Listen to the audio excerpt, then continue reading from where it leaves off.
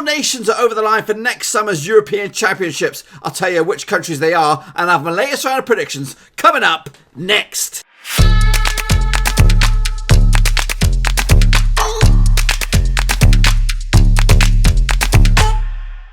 That's right, folks, back once again with another prediction video. This time we'll take a look at one of the final round of matches for the European 2020 qualifying campaign. And we'll get to that in just 1 second. If you're new to the channel, smash that subscribe button to keep you bang up to date with all things Euro 2020, Flapping Rovers, World Football. We're going to all hear under one roof. Now, before we jump into it, I want you to stop what you're doing right now and smash that thumbs up. Get it up there so we can get this baby up into the old upper echelons of the old YouTube algorithm, baby. That's right. So let's get cracking. Now, before we take a look at those nations that have qualified, we're going to take a look back at the last round of matches and my predictions. See how close I got to them. I know you guys did participate as well. We're not going to look at them.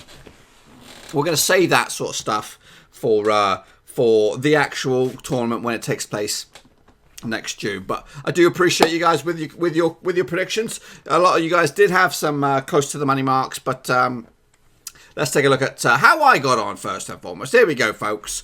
Jumping into the deep end.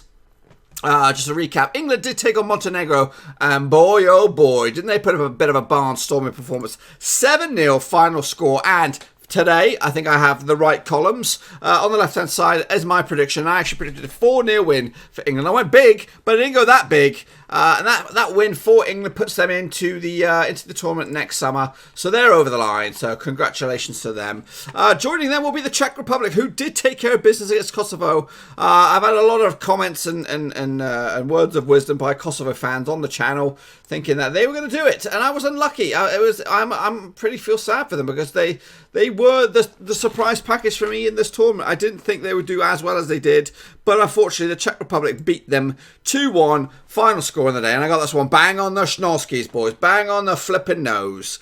That's right. Moving over to Group B, Portugal against Lithuania. That also ended up quite heavy scoreline for Portugal. 6-0 in the end, and I actually went with a 3-0 win myself. And again, that I think they might have already qualified.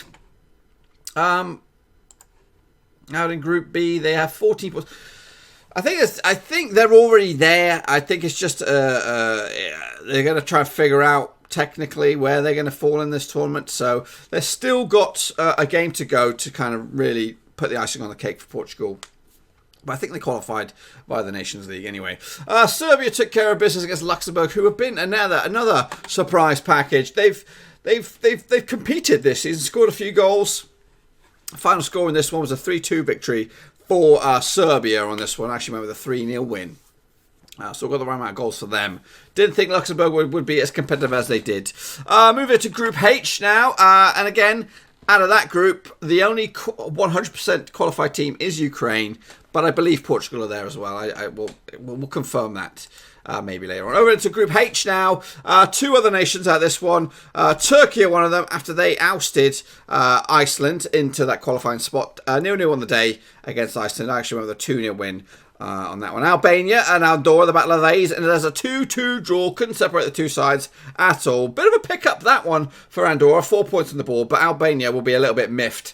But they couldn't muster more than a point out of that one. I actually went with a 3-0 win for myself on that. And France kept it late, but they squeezed past Moldova 2-1. Final score, actually went with a 4-0 win on this one. So all in all, only 2 blips on my resume, but not too shabby. Not too shabby indeed. So what has that done to the tables? Let's take a little look at it. Now, Group A does look like this. England are over the line. The Czech Republic are over the line as well. Kosovo may have an outside chance. Can I confirm that or not? I'm trying to look at the playoff situation. Kosovo looks like they're in contention for a playoff berth. So we haven't seen the end of them just yet. And if they play like the way they've been playing, you know what? They might as well do this. Meanwhile, Portugal are champions of the Nations League, so I think they're done and dusted and over the line. But Ukraine are doing bits themselves. They're through. Serbia could leapfrog Portugal, and then I don't know. I think they're looking at Portugal's finish in this tournament, because if they were to finish in third, then they'll qualify as winners. If they do go in second, then they'll qualify as winners, and then maybe it opens up another door down the line in the playoffs. I don't know. I really don't know. This qualifying process is confusing as can be. Moving into Group H, it's all over. France and Turkey are over the line. It's just a matter of who's going to come out as group winners on this one. Iceland, unfortunately, they also have to go through the sneaky backdoor of the playoff as well. They finished in that. It looks like, in fact, Albania could oust them. In fact, does it say E for eliminated? Yep, it looks like it's a done deal for Iceland. They cannot qualify, but still may advance to the playoffs. So it looks like Iceland will be relying on that.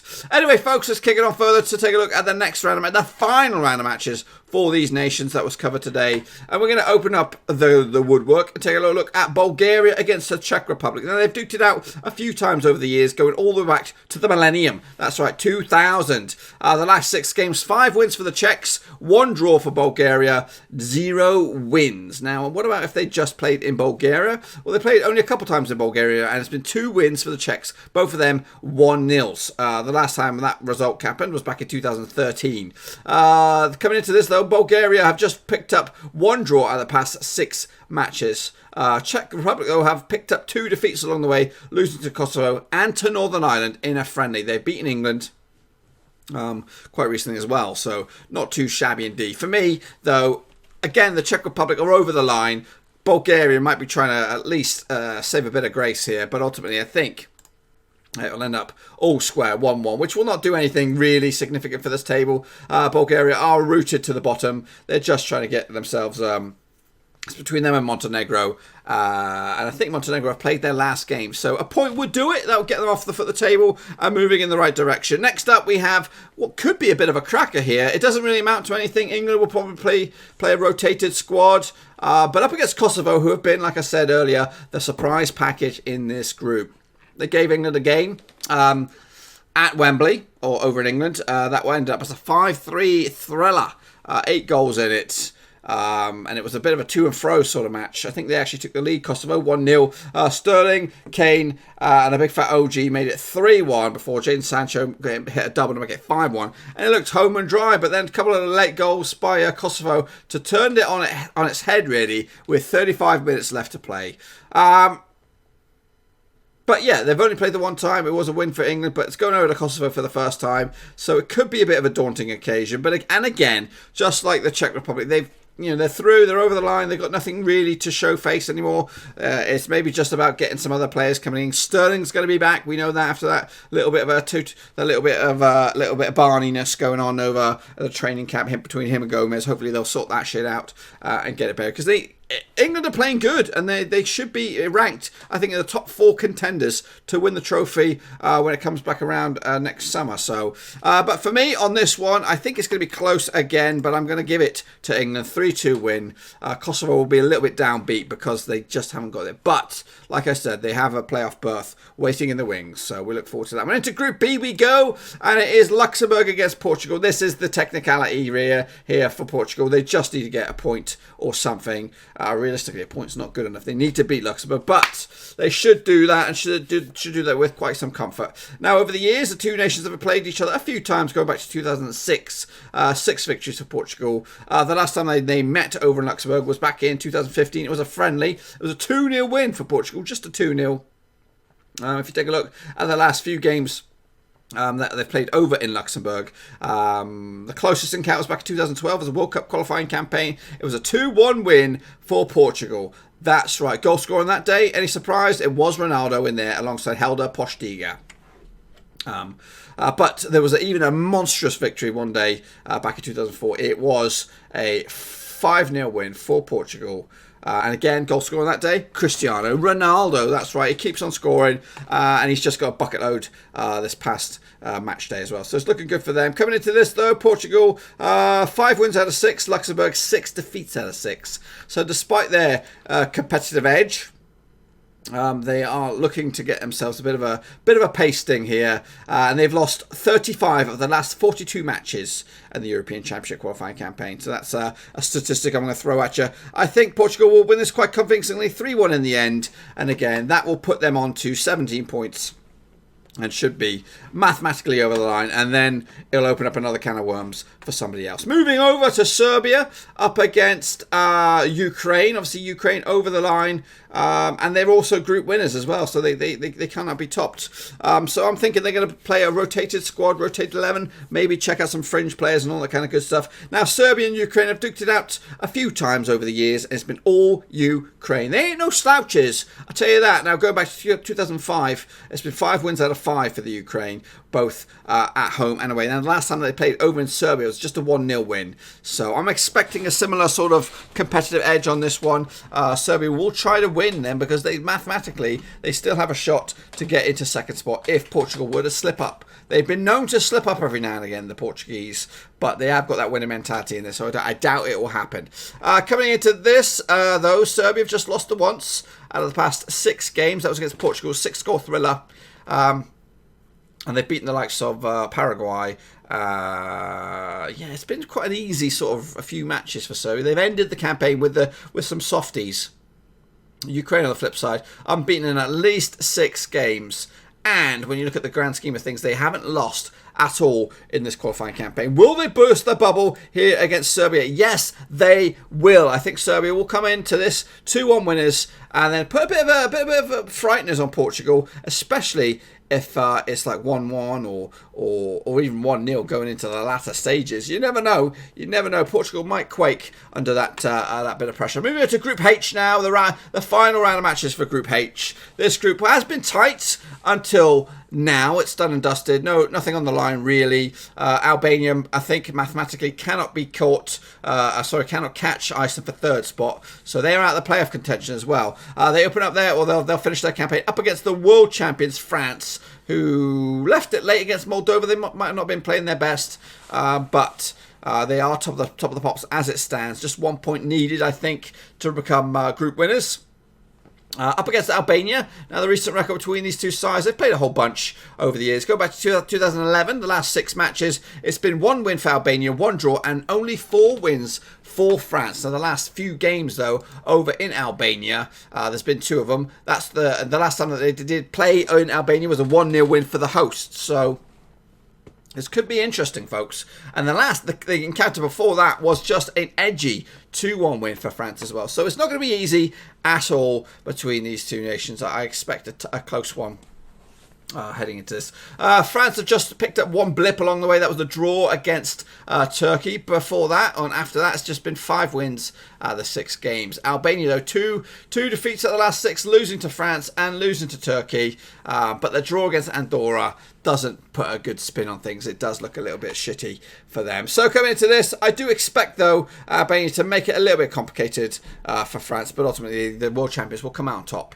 And they will also come out on top of their group with the 2-1 win. Next up, Andorra take on Turkey. Again, Turkey are over the line. You can expect both France and Turkey to play rotated 11s and that kind of stuff. Give other players a chance to shine a little bit, get some game time under their belts. That's what they're there for. So Turkey come into this, played Andorra 3 times over the years. 3 wins for Turkey. 0 goals for Andorra. They've yet to put a goal past Turkey in the previous encounters. The last time that these two sides obviously played was earlier in the campaign. It was a 1-0 win. The last time they played in Andorra was a 2-0 win for Turkey back in 2013 in the World Cup qualifying campaign. Turkey came into this unbeaten in 5, 3 wins and 2 draws in that cluster. However, Andorra not too shabby though the past 3 games, just the 1 defeat, losing to Iceland, picking up a win against Moldova and a draw against Albania. Andorra have actually failed to win 37 of their last 38 matches in the European Championship qualifying campaigns, and Turkey have kept a clean sheet in 8 of the last 10 matches, and they've also won the 3 games against Andorra. Tell me something I don't know. Realistically, you can't see anything but a Turkey win, even if it is a rotated 11. 3-0 final score for Turkey, or for me on this one. And then wrapping it all up, a dead rubber right here. It is Moldova against Iceland. They've only played there once, and that was earlier in the campaign. It was a 3-0 win for Iceland. Coming into this, Moldova have lost the last 6 games, and they've all been in this tournament. Iceland, though, they were looking so good early doors. They've picked up 2 defeats at the past 4 and only won 1 out of 4 as well. So not great heading into this. The wheels have come off for Iceland. Started the campaign pretty well. But it was always looking a huge ask for them to get out of this group. Turkey are difficult. France are the world champions. And even Albania are going to give you a hard time. So this is quite a tricky group to get out of it. They should end the campaign with a victory up against Moldova, though. I'm going to go with a 2-1 win for the Icelanders, the Vikings. Are they called the Vikings? I don't know. Whatever. But unfortunately for them, it's not going to be good enough. But they're going to have to rely on their outside hope, and that is playoff talk now, boys and girls. I don't know about the playoff talk. Those games will be taking place in March. I've just figured out that the draw will take place at the end of November, so we will look to that to maybe do a video on that or something like that. I don't know. I've got plenty of European 2020 content coming at you. I'll talk more about that in just a second. But let's just say, between you and me, these results here, or predictions, come true. This is what the tables will look like. The final round of tables for these nations. Out in Group A, England will go through as group winners. Czech Republic will be in second. Kosovo third. They'll go into the playoff. Bulgaria and Montenegro will go home. Into Group B, Ukraine will come out on top. Portugal will be second. And Serbia, they would also go into the playoff talk, I believe. Yep, they would. Into the playoff talk. Luxembourg, unfortunately, they would go home. Are they out of it?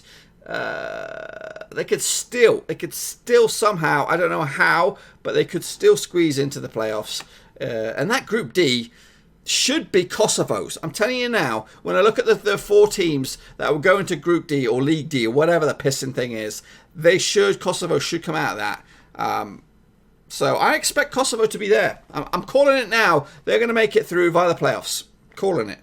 And wrapping up Group H, it will end up like this. France top of the pops, Turkey second, Iceland will be third, Albania are going home. Bum, bum, bum. Iceland, though, they look like they would end up in...